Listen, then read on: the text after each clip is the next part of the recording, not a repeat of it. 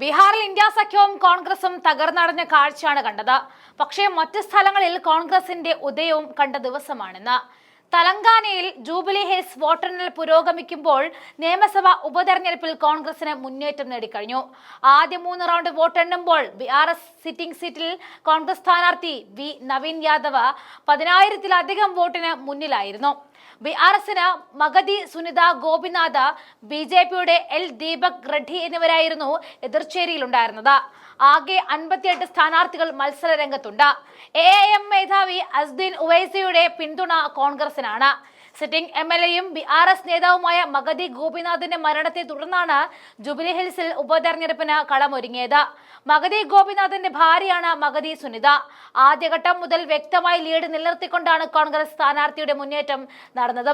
ആദ്യഘട്ടത്തിൽ 99 വോട്ടുകൾ നോട്ടയ്ക്ക് വീണിരുന്നു. ക്ഷേത്ര ദർശനത്തിന് ശേഷമാണ് കോൺഗ്രസ് ബിആർഎസ് സ്ഥാനാർത്ഥികൾ വോട്ടെണ്ണൽ കേന്ദ്രത്തിലേക്ക് എത്തിയത്.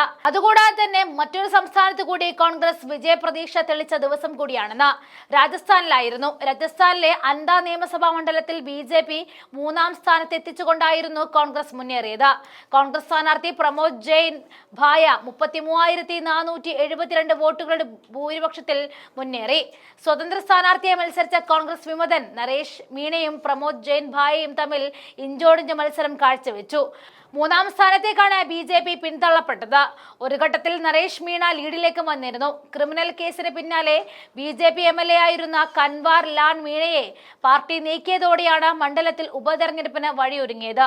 എന്നാൽ സിറ്റിംഗ് സീറ്റിൽ ബിജെപിയുടെ കിതപ്പാണ് കാണാനായത്. അൻഡയിൽ നിന്നും പോസിറ്റീവായ വാർത്തയാണ് വരുന്നത് എന്ന് മുതിർന്ന കോൺഗ്രസ് നേതാവ് അശോക് ഗെഹ്ലോട്ട് പ്രതികരിച്ചിരുന്നു. കോൺഗ്രസ് ശക്തമായ ഭൂരിപക്ഷത്തിൽ വിജയിക്കുമെന്നും അശോക് ഗെഹ്ലോട്ട് പറഞ്ഞിരുന്നു.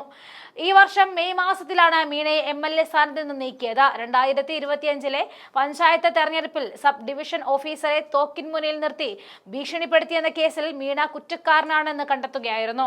3 വർഷം തടവ് ശിക്ഷ വിധിച്ചതോടെയാണ് എംഎൽഎ സ്ഥാനത്ത് നിന്നും ഇറങ്ങേണ്ടി വന്നത്.